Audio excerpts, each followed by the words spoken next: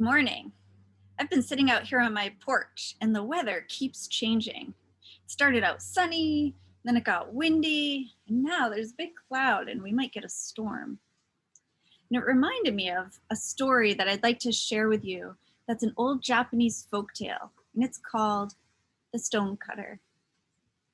So once upon a time, there was a stonecutter, and every day he traveled to a big mountain to cut pieces of stone that would get used for sculptures or walls or sometimes even churches.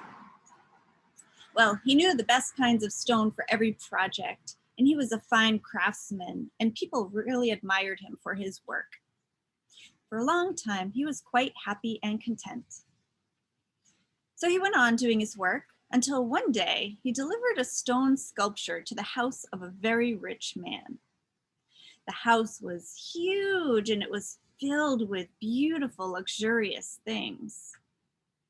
Suddenly, the stonecutter's life felt small and insignificant, and he said, "I wish I was a rich man, then I'd be so happy." Well, when he got home, where his small house used to be, there was now a great big house, and it was filled with fancy, luxurious, beautiful things. Well, he was beside himself with joy, and he climbed into the big, soft bed, and he went to sleep happy, thinking he was the most lucky man in the whole world, filled with power and beauty. When he woke up, he could hear something going on outside, and he looked out the window and saw a parade. And in the parade, there was a prince being carried by a bunch of servants, and they were carrying him up high on a golden chair. And everyone that the prince passed bowed down to him. And the man thought, "Oh, how powerful that prince is. I wish I was a prince so everyone would admire me like that." And just like that, he became a prince. He had servants and he was carried around in a golden chair, and all the villagers bowed down to him as he passed. But up there, the sun was shining on him and it made him hot and sticky and uncomfortable up there in his fancy chair. He thought, "That sun is more powerful than I am.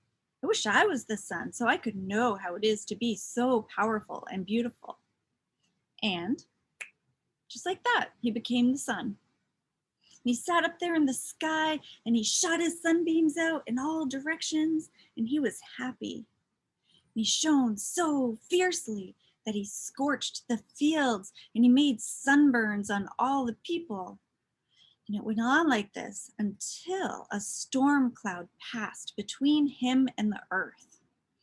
Well, that storm cloud blocked his rays, and he thought, that storm cloud is more powerful than I am.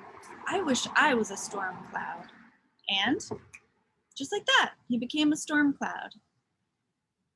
So there he was, shielding the earth from the sun, and soon the fields became green again, and the sunburns healed, and the people were relieved, and he was happy. And that storm cloud rained, and then he poured, and soon the rivers were flooded and the crops washed away. At some point, he felt himself moving, and he was being pushed, and he realized it was because of a great wind. This wind is stronger than I am. I wish I was the wind so I could be so powerful. And just like that, he was the wind. So now he blew around and he dried the flooded earth and he moved everything that he went by. And this was fun and he was happy. Until he bumped into something that was hard and wouldn't move. He bumped and bumped against it, but it would not budge. So he looked at this thing and he saw that it was a huge rock. And he thought, "That is one powerful rock. I wish I was that rock so nothing could push me around." And just like that, he became a rock. So there he stood, all tall and strong, unbreakable, unshakable, unmovable, and he was proud and happy, or so he thought, until he heard down by his feet a noise. And then there was a tapping, a shaking, and a crack. When he looked down, he saw a stonecutter using tools to harvest a big chunk of stone from his enormous self. And he said, "How powerful he is. I wish I was a human." And just like that, there he was, back where he started. He returned to his small house with his simple tools and possessions, and he saw the beauty and the power that he'd always had. He looked the same, and his work was the same. He was changed only in his heart, and this time he was truly happy. The end. Change can teach us so much about who we really are. And the most important changes are the ones that bring us back to being our true selves. Isn't that what we do here? I'll be seeing you soon in all your beauty and power that you've always had, and I can't wait.